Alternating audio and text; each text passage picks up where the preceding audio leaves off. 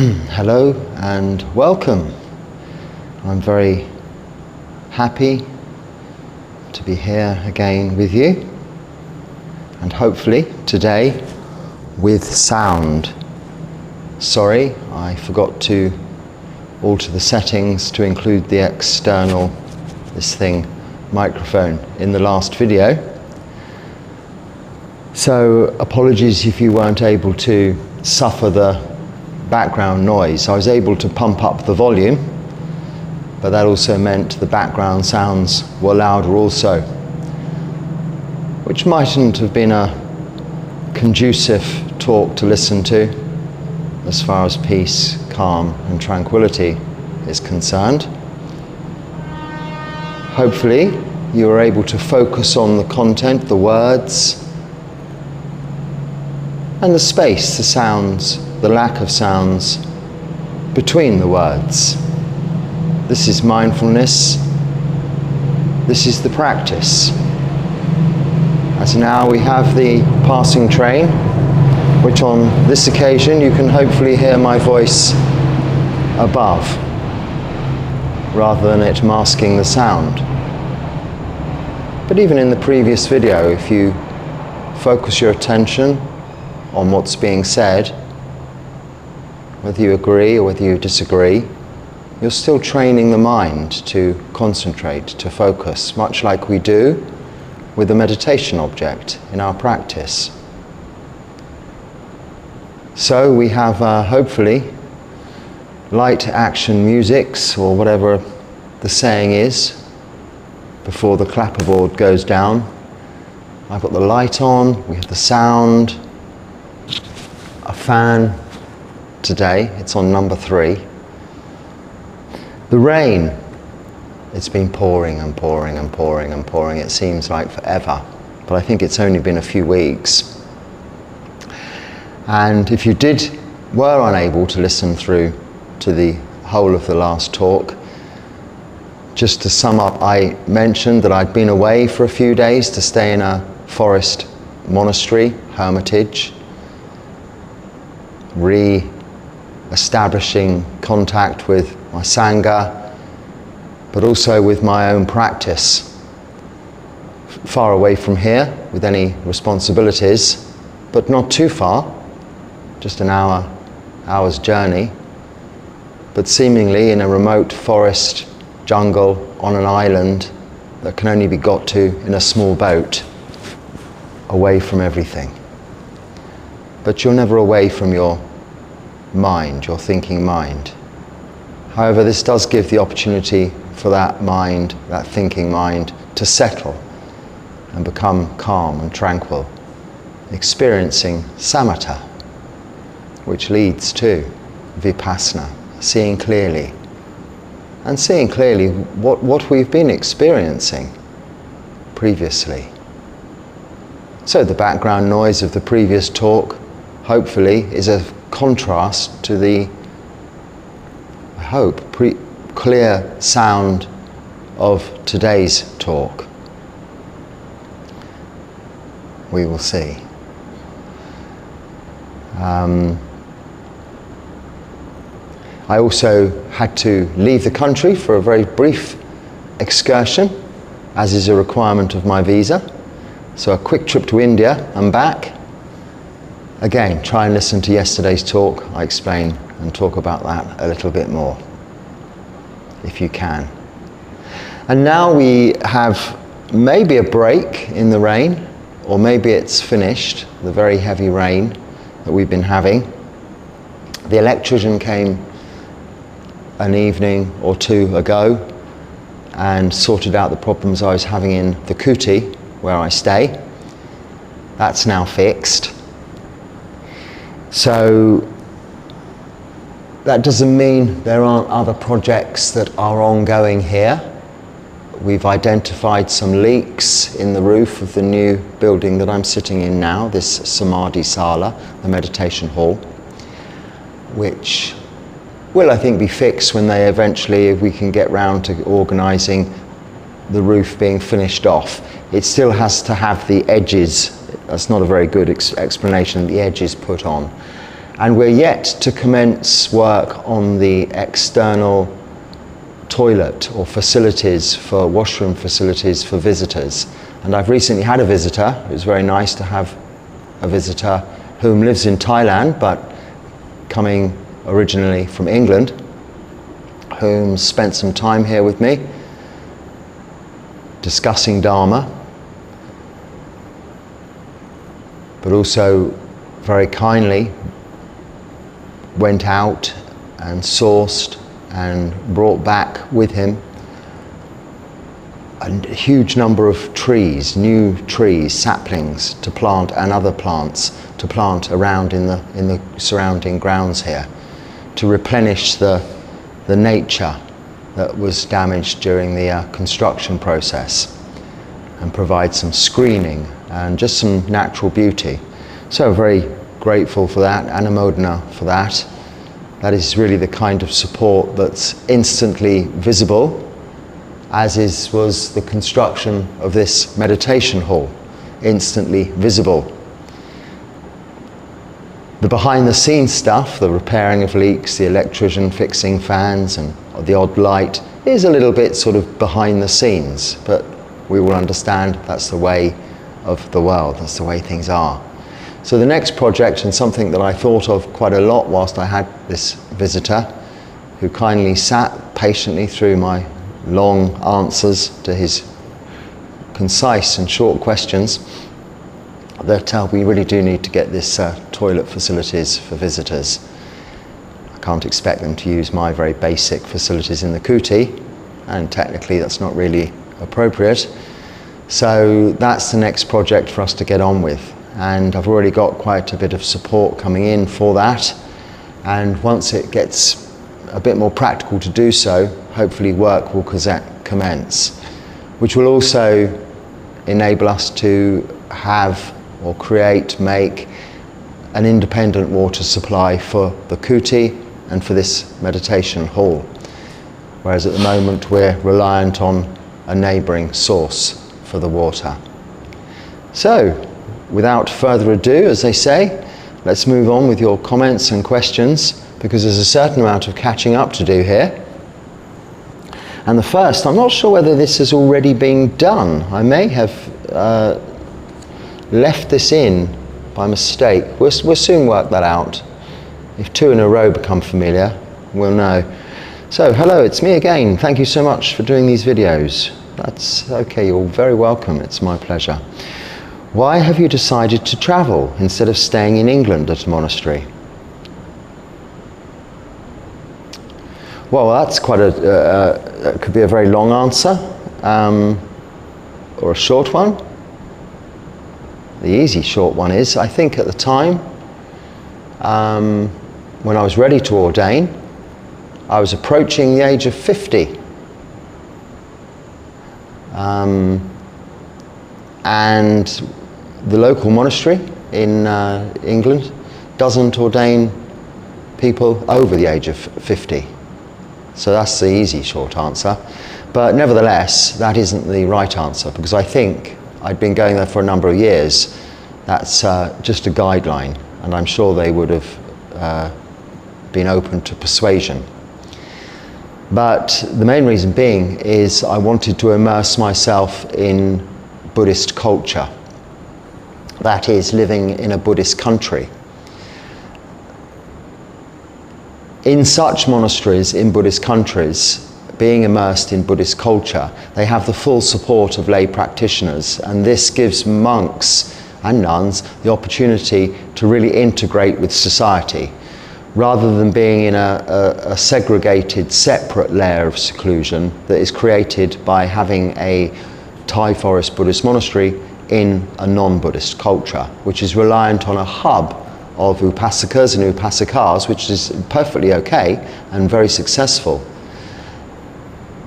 And also, as a result of it being, rather than cultural, but a matter of choice, also a very pure way of a sangha living and surviving with the support of a monastic, a Buddhist community that is by choice rather than by cultural influence. So it's a very pure form of that relationship, that supportive relationship, that interdependence between Sangha and lay practitioners. Whereas it's more dutiful in Buddhist countries.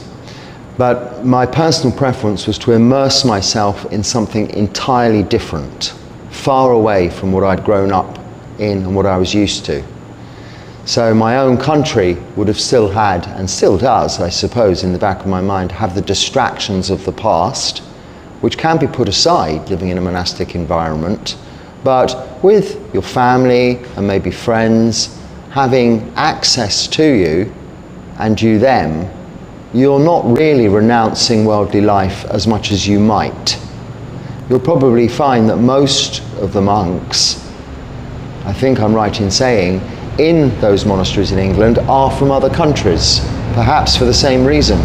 They may have monasteries in their own countries, but choose another country for their training, because it's a further layer of renunciation. Also, for my own advantage was the language barrier. I'd already had the advantage of study and training and teachings in English, and wanted to then put that to good use and immerse myself in practice rather than discussion, rather than reading even, rather than listening to Dharma talks even, to really put it into practice. And by putting myself in a place where I could not speak the language or understand the language, that was all I was able to do. So I chose to go to Thailand originally, so off and on had the advantage of spending a lot of time, most of my time, living in monasteries in Thailand over a 5-year period, before returning to England for a short while, and then going to India for my ordination. Where in India I had the advantage of many people being able to speak English, which facilitated my monastic training and ordination in terms of detail there with regards to really putting into practice living by way of the Vinaya, our code of conduct, the very many rules that we follow as monks. And also, though, being in a country that has many different languages, people from all over that continent, not naturally being able to enter into much in the way of sampapalapa, so useless talk, idle chit-chat, gossip and discussion, but to concentrate on my practice. Enough English was there for the training, but not enough for idle chit-chat. So it just facilitated an additional layer of discipline with regards to my tendency to over-talk, over-chat, much like I'm doing now, answering this question. So now, and living here again, another country where I'm not familiar with the language. I've been here for a couple of years, so I can understand a little. Pronunciation for me is very difficult, so even the words I've learned are not always understood. But that's no problem. I'm doing what monks do, and that is not speaking much anyway. I'm not called upon here to give Dharma talks as a relatively junior monk and in a country that is immersed in the culture and full of hundreds, if not thousands, if not hundreds of thousands of monks whom can give recitations from the suttas very, very proficiently. And this is the culture I'm immersed in here. So it's very supportive of just practice, which is why I live in solitude in a foreign country, and why I'm not living in England or have any intention to return to stay in an English monastery. Also, the communities there are not only supporting themselves, but the many visitors that come regularly and require facilities, a certain amount of looking after and teaching. It becomes quite an institution, quite a job in itself, almost in its own way, a little separate island of samsara, worldly life, almost a corporate structure, but an institution. And I've really wanted to move away from organised anything, in the sense of organised religion, organised institutions, structures, even altruistic structures, because my practice is really that of a Jatanga monk, adopting many of the Jatanga practices the Buddha allows us to do, eating just one meal a day, keeping just the 3 robes and the bowl, needle and cotton belts, water filter, and razor, no other requisites, moving from place to place. But even if I'm staying in one place for any length of time, being able to pick up that bowl and my 3 robes and go, leaving everything behind me, not being reliant on anything. So this is all part of the kaya viveka, the physical, the rupa, body, seclusion or refuge we take in the Dharma, the Buddha, the Dharma, the Sangha, by way of renunciation. Renunciation.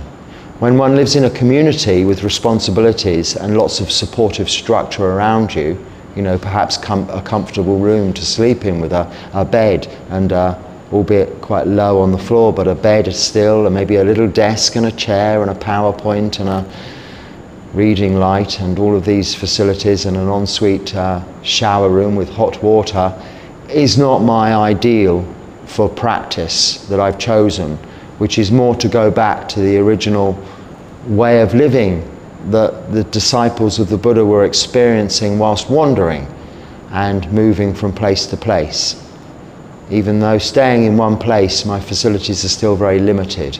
This is very luxurious, the Samadhi Sala I'm talking to you from here and now. But as you'll know from recent talks, my kuti is much more basic, just next door, but it's where I spend my time mostly for my own practice and where I live, with none of the accoutrements of worldly life. This is harder to find back in England. You'll hear monks talk that they say, oh, I spent 2 weeks in our kuti in the forest for my retreat. Now that to me is like lay life, where you can go on a retreat for 2 weeks. What are you doing for the rest of the year? This is the question. 50 weeks of the year, when you don't have 2 weeks in the kuti, you're back in a community which is supportive, and the monk does condone this living. It's good to live in community, and I have done that also.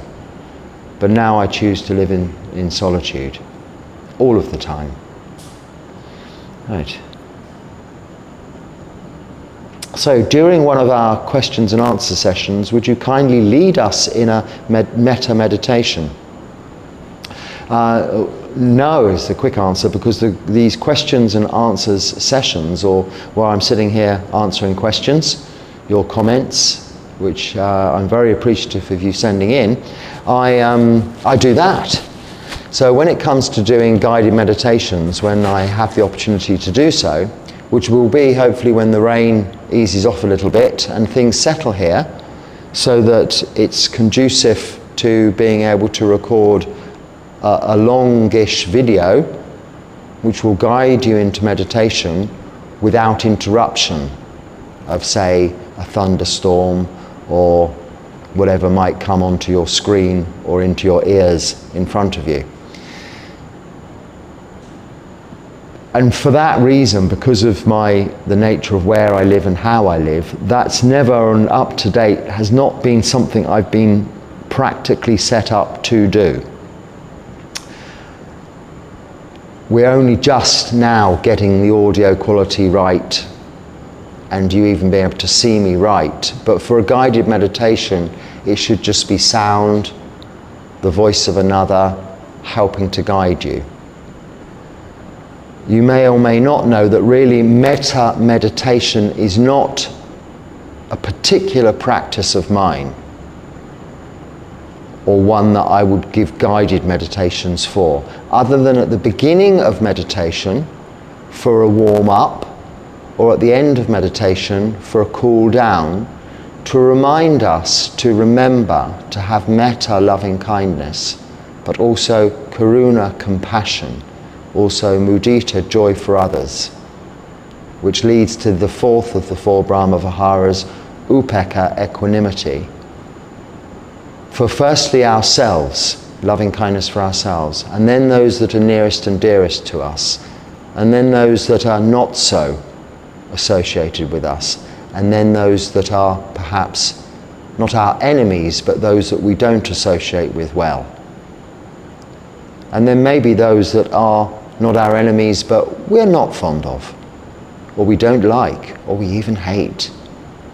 Extending metta by way of karuna, firstly, compassion to those people, would be my introduction to a meditation.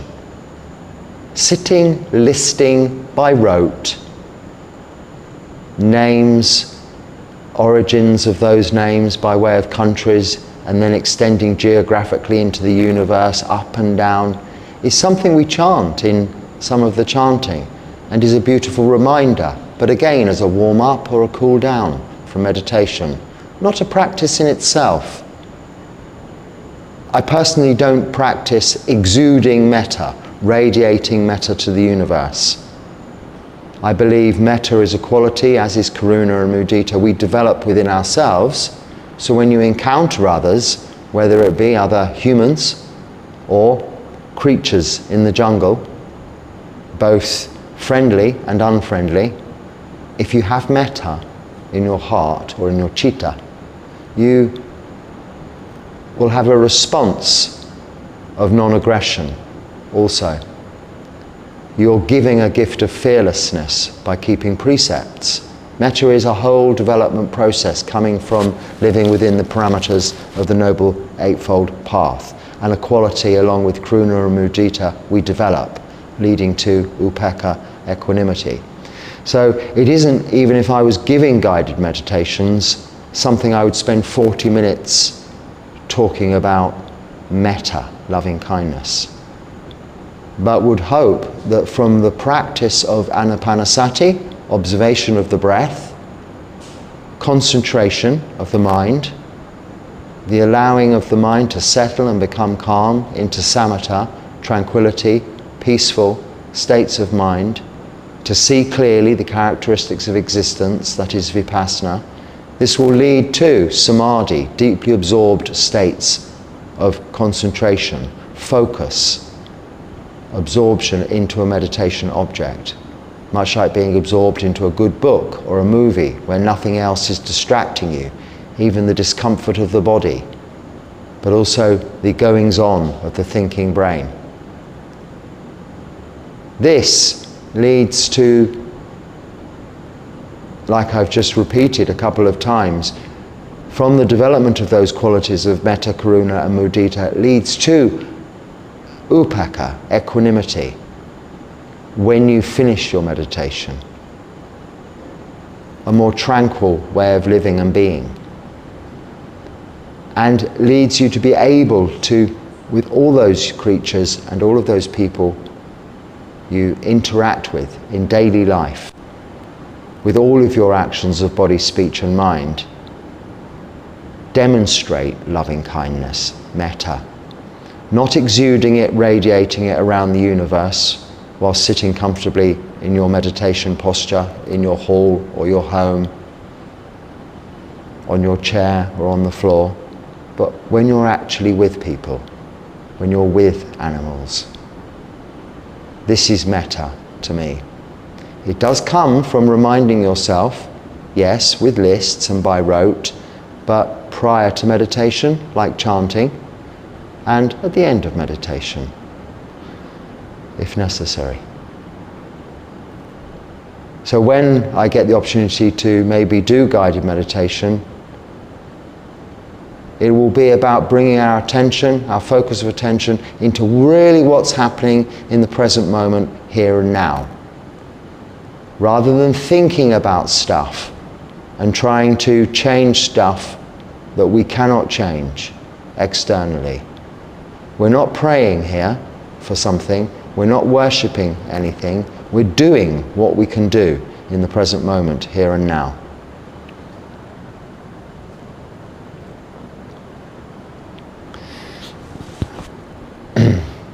I'm training myself to only eat breakfast, no snacking during the day, and then dinner. Do you think this will help quieten my mind from constantly thinking about food? I'm also very inspired to eat simple, healthy foods, like you do, and break free from constant craving to eat processed foods.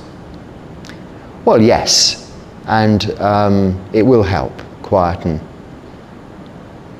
the mind from constantly thinking about food. With regards to those very tasty processed foods you refer to, which are either sort of full of a lot of salt or sugar, to get the taste buds, anything to attract the taste buds, sharpness, acidity, saltiness, sweetness, are designed to make the mouth water. Therefore, waken the taste buds, inspire the appetite. Even thinking about those tasty foods makes the mouth water and creates a thirst, a craving, fuels craving. So the more we eat of them, the more we want of them. That's why they're designed that way. This is commercialism. This is the market. This is the marketplace they have identified is a thirsty marketplace. And the more you make it thirsty, it's why in bars or in bars and places where they sell drinks, they sell also salty snacks, peanuts and crisps, because the more of those you eat, the more you need to drink, the more money that's made. So yes, by taking this discipline into your life of not snacking in between meals, but eating healthily, will certainly help to quieten the mind from those cravings, those thirsts, and avoiding situations that visually or by smells or even verbal listening to are trying to advertise or stimulate those senses. Avoiding those, just guarding our senses. A lot of renunciation, a lot of training of the mind is about guarding the senses. Our senses of seeing, hearing, smelling, tasting, touching, leading to what we're thinking about, can be guarded. If there's an advertisement on a board or a restaurant that looks very inviting, don't look at it. If the adverts come on in the middle of something, even a good documentary you're watching, that are going to obviously be tempting you, then look away. Don't listen. When there are nice, pleasant aromas, don't just walk away as you might with unpleasant aromas. Guarding the senses, protecting from your thinking brain from being stimulated into craving what it is that's on offer. It's a very straightforward and easy thing to do. When we go on Pindapata as monks, we're trained, and in our Vinaya are required to only look at the floor ahead of us. And when the food is being offered, just as the food is going in our bowl, to see the food being put in our bowl, but not be looking for the next person that might be offering or looking up the road to where we might be going, just looking ahead enough to walk safely in the direction of where we're headed, and not be distracted by, as after all we're coming from a very secluded environment into what is possibly a busy town environment. In my case, I go through a village and then into a town, and on certain days, market days, it can be very busy, even very early in the morning, albeit it's a very different busy to if I was to go in the late morning or afternoon. When I've had occasions to do so, specific reasons, going to the dentist for instance, or something like that, or to go on a journey, I've had to go into the same town that I go into every morning. It's remarkably different. All of the restaurants are open, the shops are open, the touristy places are open, the flashing sights, the sounds, the smells, the temptations are all there. But even so, as a monk, we guard our senses just looking down. In the morning, it's not quite so difficult to guard one's senses because it's just the real practical things that are open, that need to be open, so very early in the morning, and the market's setting up. But still, there can be things that are inviting and tempting that we guard our senses from. And as lay practitioners also, you can guard your senses from such temptation. Where there's advertising coming up, which is particularly designed from algorithms that have seen and know already what you like from your previous, say for instance, Google searches, have learned what it is you like. Those particular adverts will be coming up in front of you all the time.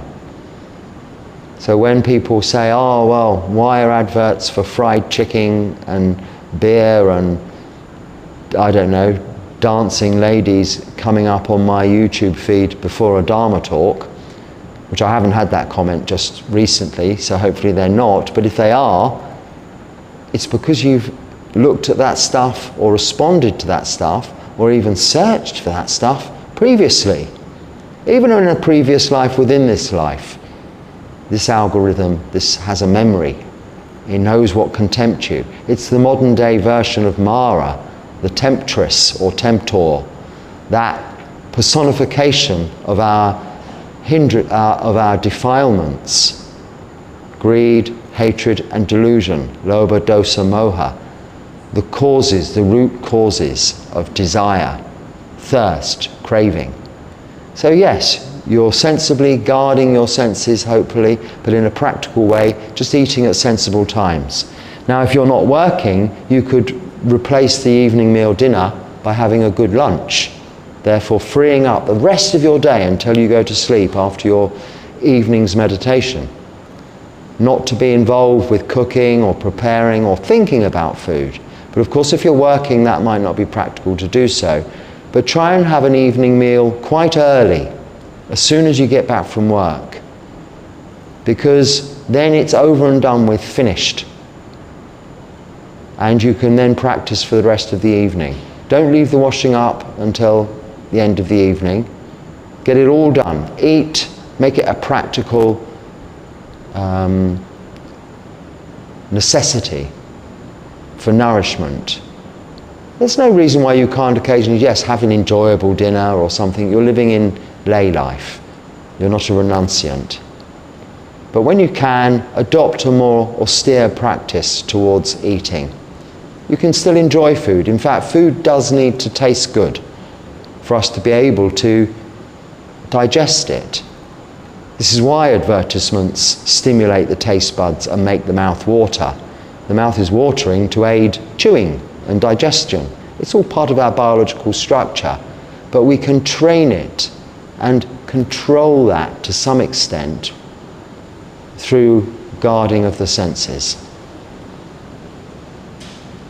And this goes for all of those hindrances in terms of sensual desire, from not only food, but from wanting other forms of entertainment, all the way to lust and sexual desire. By guarding the senses, one is protecting oneself from those influences. So this question says, thank you for your answers. I'm sorry for not having expressed my previous questions very clearly. Well, I think they probably were clear enough if I gave an answer, but anyway, I'll try to rephrase my question regarding karma.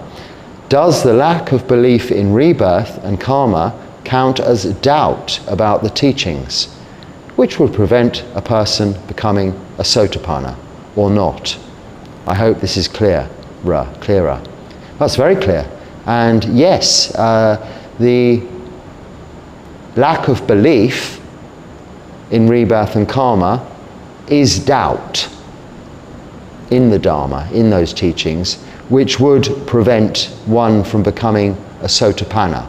So in sotapanna, the first stage of enlightenment, one has extinguished Sakkaya Ditthi, personality view, has seen that there is no necessity for rites and rituals, or there is a place for rites and rituals, that is offering incense, candles, even food, and bowing before a Buddha Rupa, but by way of reminding oneself practically and physically of our dedication to our teacher and the Buddha that is, and the Dharma, his teachings, and the Sangha, that triple gem in which we have taken refuge in, but for that purpose only. reminding ourselves, bringing our attention to that refuge we have taken, not by way of prayer or worship. When one believes in such offerings as being something that will bring good luck and change your fortune, then this is a belief system. This is believing, and this is thinking that those rites and rituals will lead to some improvement in your life. Whereas what the Buddha teaches us is that that is within our own determination to change or make improvements in our lives through our own actions of body, speech and mind. Keeping sila, precepts, practicing meditation, samadhi. This is therefore developing wisdom, panya, increasing wholesome mind states, reducing unwholesome mind states. Through techniques such as guarding senses, but primarily on the foundations, the base of keeping the precepts, refraining from killing, stealing, sexual misconduct, lying and taking of intoxicants. Now, through this practice, we don't believe in rebirth or believe in karma. We come to understand the nature of rebirth. Whether it's within moment to moment within the span of this lifetime and rebirth into another lifetime, death and rebirth is just another moment. In that context, an understanding of rebirth, and karma, an understanding of, not the intricacies of the results of karma from previous lives, which cannot be got into unless you can recall all of your previous lives, which even the Buddha didn't recall all of his previous lives to any form of beginning, and said one should refrain from trying to do so because it's almost an infinite place you're trying to get your focus, you're trying to think of, but to concentrate on what we can see here and now, what we can do here and now. Karma's easier in the sense that we know if we do something bad will happen. If we walk across a busy road with our eyes closed and our hands over our ears, we're likely to be run over. It's instant, the karma. If we punch someone on the nose, they're likely to punch us back, unless they're very good Buddhists or monks. This is instant karma. Karma is just actions, and the actions of body, speech and mind have consequences. Actions have reactions. This is just basic existence. We know that. We don't need to, we can't really have doubts about karma in that sense. And rebirth, moment to moment within this lifetime, is something that can more easily be understood than the fact we've had previous lives and that we will go on to be reborn again if we're not able to let go of this life. So, Sotapanna, the attainment of the first level of stage of enlightenment, Sotapanna, requires also, as well as the abandonment of personality view, Sakkaya Ditthi, and the understanding of rites and rituals not being something that changes the future and not to be relied on. So really the abandonment of superstition, good luck charms and that kind of thing. The third aspect is the extinguishing of doubt. Not only doubt in rebirth and karma, but doubt in the core teachings, Four Noble Truths, which are also easy to extinguish doubt from. We know there's suffering. If we don't know there's suffering, just try and sit still for 10 minutes. You'll have to move. There is unsatisfactoriness evident in itself. You can feel it, you can experience it. This is all that we're talking about with dukkha, suffering. There is a cause of that, wanting something to be other than the way it is. But there is an end to that, and one can get a glimpse of the end of that through the practice of sila samadhi, keeping precepts and practicing meditation. And that extinguishes doubt that one might have in the Four Noble Truths, which includes the path leading to the end of suffering, the Noble Eightfold Path, the way we live, with right view being understanding the nature of karma and rebirth. Right view being understanding the characteristics of existence, impermanence, unsatisfactoriness, and things being out of our control. In other words, anicca, impermanence, dukkha, suffering, anatta, the not self. Even this physical body and this thinking brain is not ours, not within our control.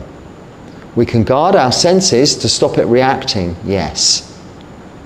But putting in front of you your favourite food, smelling it, looking at it, you cannot stop your mouth watering, however hard you try. Your body will do its own thing. It's not yours. It's not you. You are not it. It's not a self.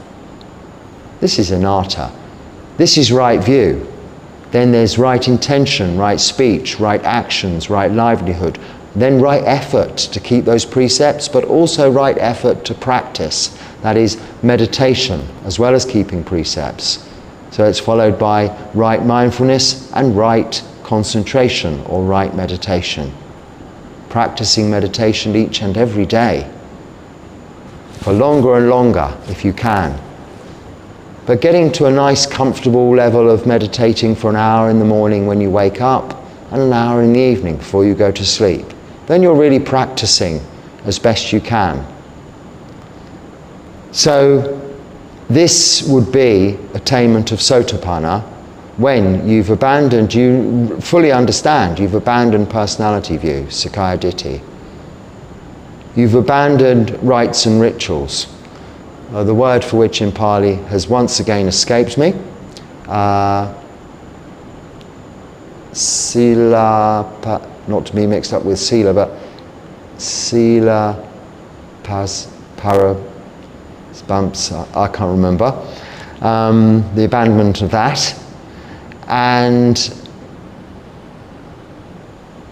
the abandonment of doubt. Not the abandonment of doubt, but the extinguishing of any doubt in the Dharma, which is the understanding of, as I've just explained. So not a belief, but an understanding, but you do require that understanding of rebirth and karma in order to have attained to sotapanna. Now, there is a sort of simple reasoning behind that. If you do not accept karma, do not accept rebirth, there is nothing to be liberated from. You have to see it to be liberated from it. You have to understand it to be liberated from it. We need to be liberated from rebirth. We need to be liberated from the effects of our previous karma by increasing the good karma we're doing, given the opportunity we have. If you don't understand those two concepts, you can't make much inroads on liberating yourself from them, and therefore would not attain to this level of understanding. Call it just that, rather than a stage of enlightenment.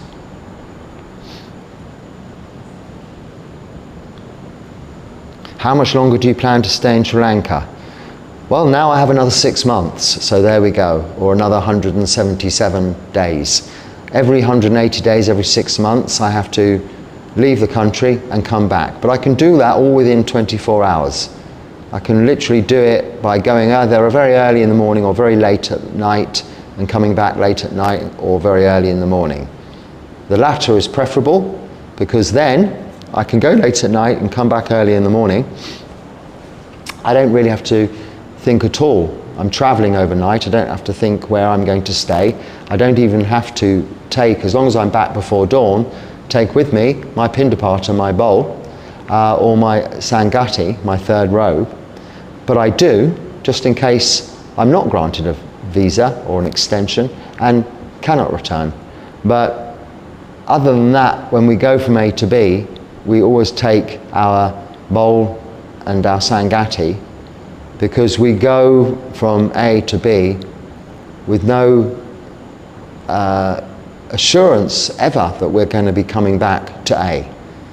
So whenever I leave here for more than a monk's day, which always begins at dawn, so if I'm not going to be back before dawn tomorrow, I must always take with me my bowl and my sangati, because I must only sleep at night within arm's reach of my bowl and my sangati, being as they are a major part of my livelihood, my existence, and my only requisites. One has to be able to look after them. They protect us, so we protect them.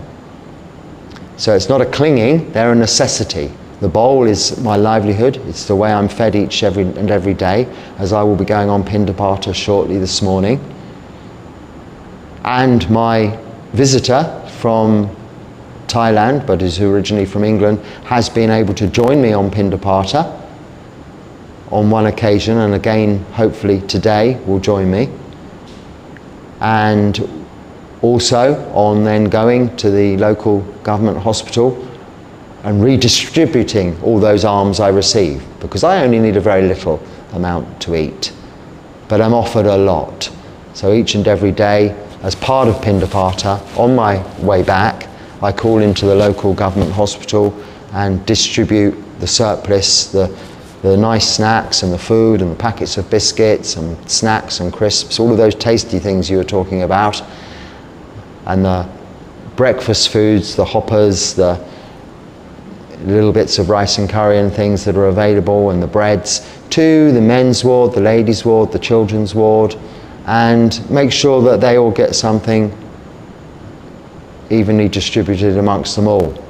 And that's really much a very enjoyable part of the practice. And I hope when other visitors come in the future, we will have some facilities for them, toilet facilities, so I don't have to feel guilty about someone sitting uncomfortably listening to me, going on and on and on, unable to use the loo. Not comfortably anyway. And you can stay locally and join me too on pindapata, which, as I explained to, and I hope he's felt so, my visitor, that it's a really, I've only had this, I know this from feedback and my own experience as a lay person of going on pindapata with monks all those years ago, was so conducive to me wanting to be a monk, because it really gave me the feel for the life of a renunciant, a samana life, the life of a bhikkhu.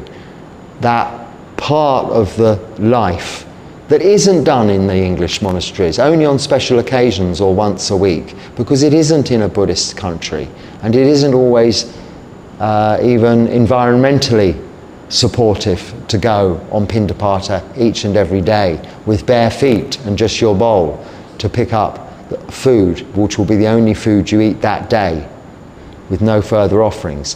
That doesn't work in England or America or Europe. Always. It can work in non-Buddhist countries, and I've made it work when I've been there in non-Buddhist countries, and I've lived like that, but it's been on relatively for short periods of time, albeit I lived like that for a good 6 months at one point when I was confined to England for reasons we couldn't travel because of COVID at one point. But you can still do it, but as a community it's not so easy. As a solitary practitioner, it's a lot easier, because you've only got to think of yourself, and you might be able to survive for one day with just a sandwich and a packet of crisps, and the next day you might have more, and the next day less.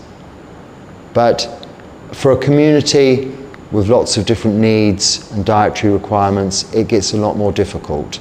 So they often don't do this regular pindapata exercise. But that is our duty as bhikkhus. It's our right livelihood, part of the Noble Eightfold Path. It is my job I go, my hand-to-mouth existence, my livelihood, literally, is to get food each morning from what is offered to me, eat that in order that I can live another day to practice this brahmacharya life. That's what we chant before we eat that food.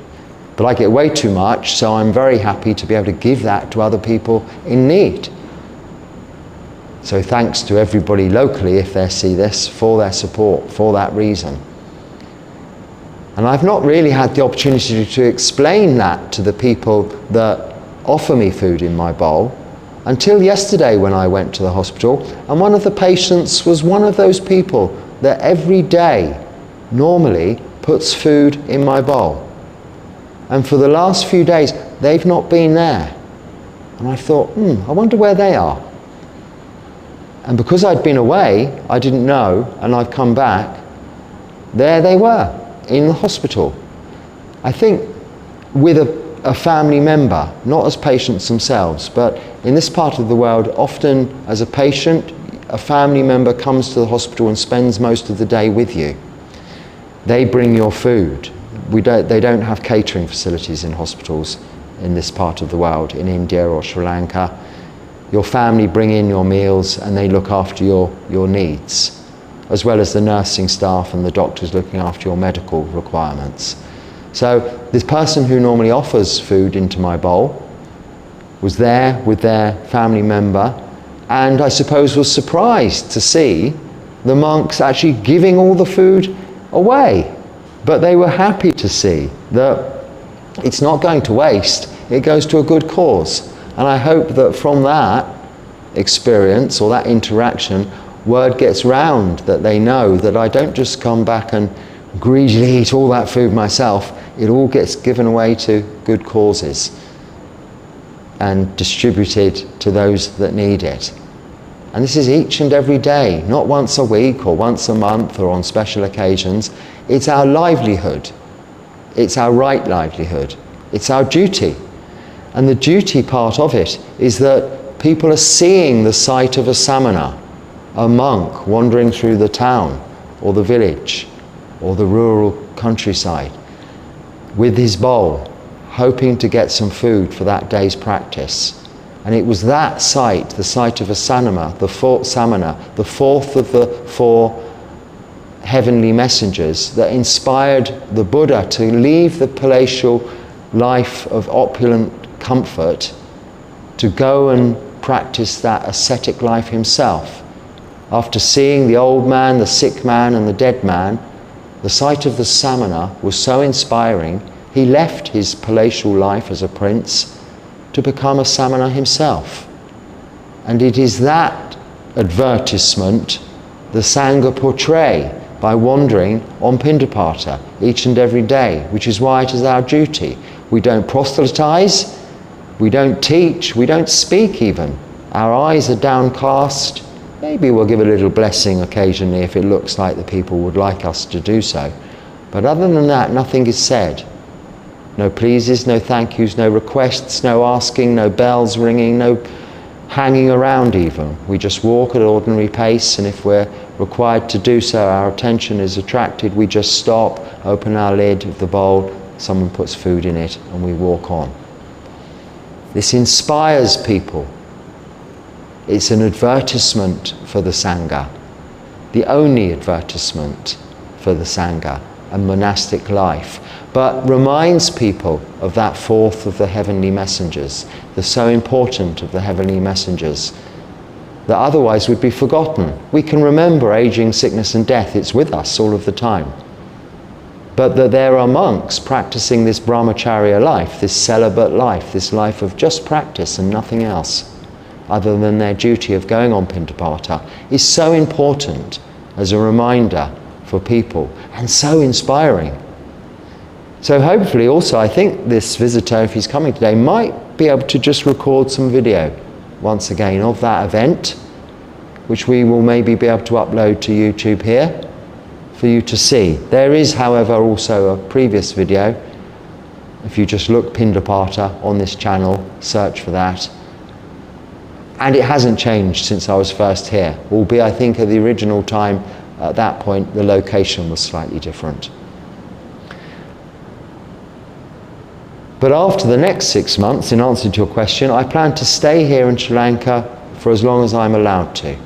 And in this interim period over the next 6 months, we are, or my local supporters here, are trying to sort out, with the help of local monasteries, temples, pansalas as they call them here, and monks, the Sangha here, and the Buddha Sasana, that is like the Ministry of Buddhism in the government in Colombo, a more appropriate visa for me, because I'm here currently on a tourist visa. So if there are any local people, Sri Lankan people, or anyone watching in government that would like to assist with that, facilitate that for me, for your benefit, if you can see it that way, of me being here and helping, teaching, and supporting the local community through redirection of the support I so gratefully receive, then please get in touch via the email on the channel description page, and if there's anything you can do to help, that would be very much appreciated. But if not, I can be a tourist as a monk, it's no problem, and thanks to your support we're able, it doesn't cost much, seeing as my other costs of living are negligible, every 6 months to have to go to Chennai and back. But it's a rather unnecessary expense, to say the least, just for the sake of satisfying visa requirements. But I do understand one has to fit in with the legalities of all nations, wherever you stay, in that respect. So one would never want to transgress any of that.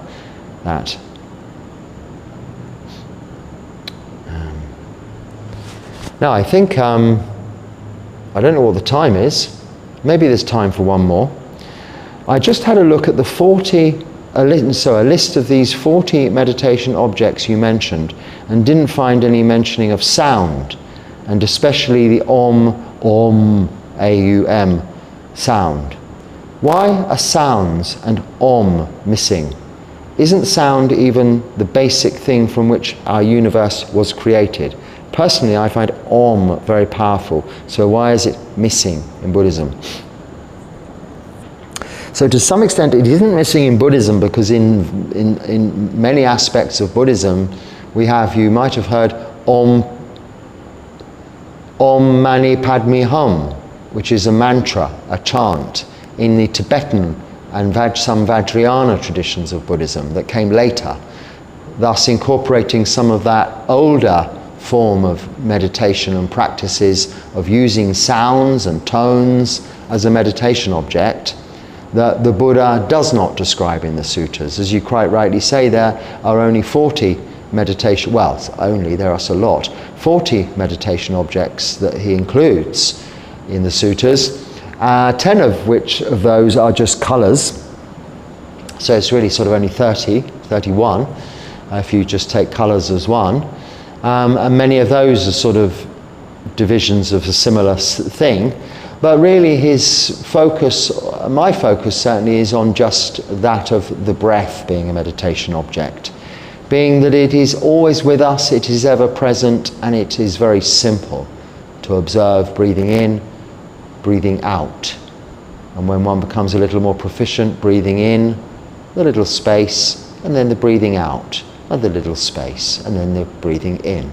This is ever present throughout our entire lives, not requiring us to find a source for that Om. Now yes, that Om apparently is ever present, and you'll hear in some traditions and from some experienced meditation masters and teachers the mention of the sound of silence, a tone, and many teachings on the sound of silence, focusing one's attention on just that base presence of sound that is ever present in the universe, if one can hear it. But more often than not, when people are thinking of tone or sound or Om, sound as a meditation object, they're thinking of external sound generation being heard by the ear. And this is, no different really to, say, listening to music, pleasant music, or what they call binaural beats. You'll often hear some chanting or something, mantras quoted in long videos to go to sleep to, with what they have in the background, something they call, whatever they are, binaural beats. I can only imagine that means two-tone. Bi is two, aural sound, I'm not sure. Beats, boom, boom, boom, like to be with the rhythm of the heart, to calm you, to suppress thinking, to relax you. And there's nothing wrong with that. You can use that if you have access to it. But bear in mind, on your deathbed, you may not have access to it. You may not have a bed. You may be dying by the side of the road. You may not have access to it. I don't mean to be macabre or morbid, but the practice of meditation is also the practice of dying. It's the practice of letting go. We talked earlier about letting go, or in terms of not letting go, but should we believe in rebirth? Or can we attain to enlightenment without that? Now, in order to be able to let go of life and not be reborn, we need to see the realities of existence, the truthfulness of existence, without distracting ourselves from that. And meditation is about just seeing the pure, raw essence of existence. And if that is through listening to the sound of silence, which is there, ever present, whether you're in a hospital bed with your iPods or whatever in your ears, or whether you're dying in the forest alone or at the side of the road, without such equipment, you can tune into that sound. If that works for you, then that's okay. It's there, it's naturally present. But the Buddha doesn't mention it in those 40 meditation objects. Maybe it's because 40 is enough, but also because the 40 that are mentioned are very real and always present. One of those is always there, present, and can be focused upon. But the breath, until your last, is there. It's in the body, bringing your conscious awareness to the body, which is always experiencing the present moment here and now, grounding you, stopping your thinking about the past which is gone, stopping your thinking about the future which hasn't happened yet, and bringing your awareness to the present moment here and now, without reliance on anything externally to assist with that. And this is the nature of those 40 meditation objects.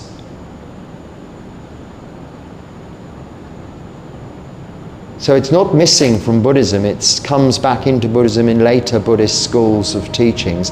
But in the original Pali Canon, yes, it is absent by way of it not being necessary to be there. It isn't discounting it as a meditation object. The 40 meditation objects aren't discounting other meditation objects, but beware of using anything that isn't always present in your life, because it may not be accessible when you need it most.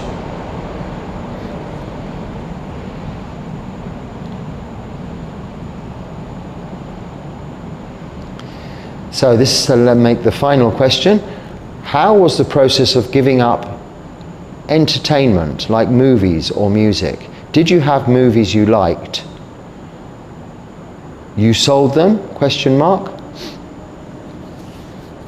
Well, I think, yeah, probably I had movies I liked. I can't think of any particularly off the top of my head.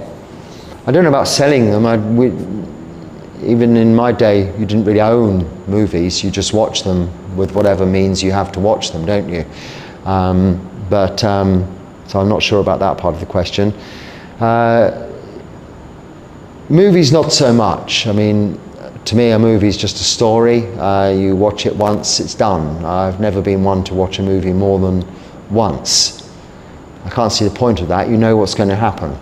So that was never a problem. Music, you do listen to over and over again. Music was very difficult indeed. I very much involved in music and listening to music and enjoying music, and one of the hardest sensual pleasures to give up.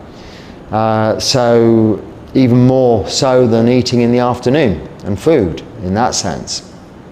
Because it goes on for a long time after you stop listening to music. Tunes keep coming up in your head. And also you can't always avoid it. Especially in the Western world, if you're walking through town as a lay practitioner, music is playing everywhere, isn't it? Even if you're using YouTube to listen to Dharma talks, prior to Dharma talks you might have advertisements or something like that where music is coming up.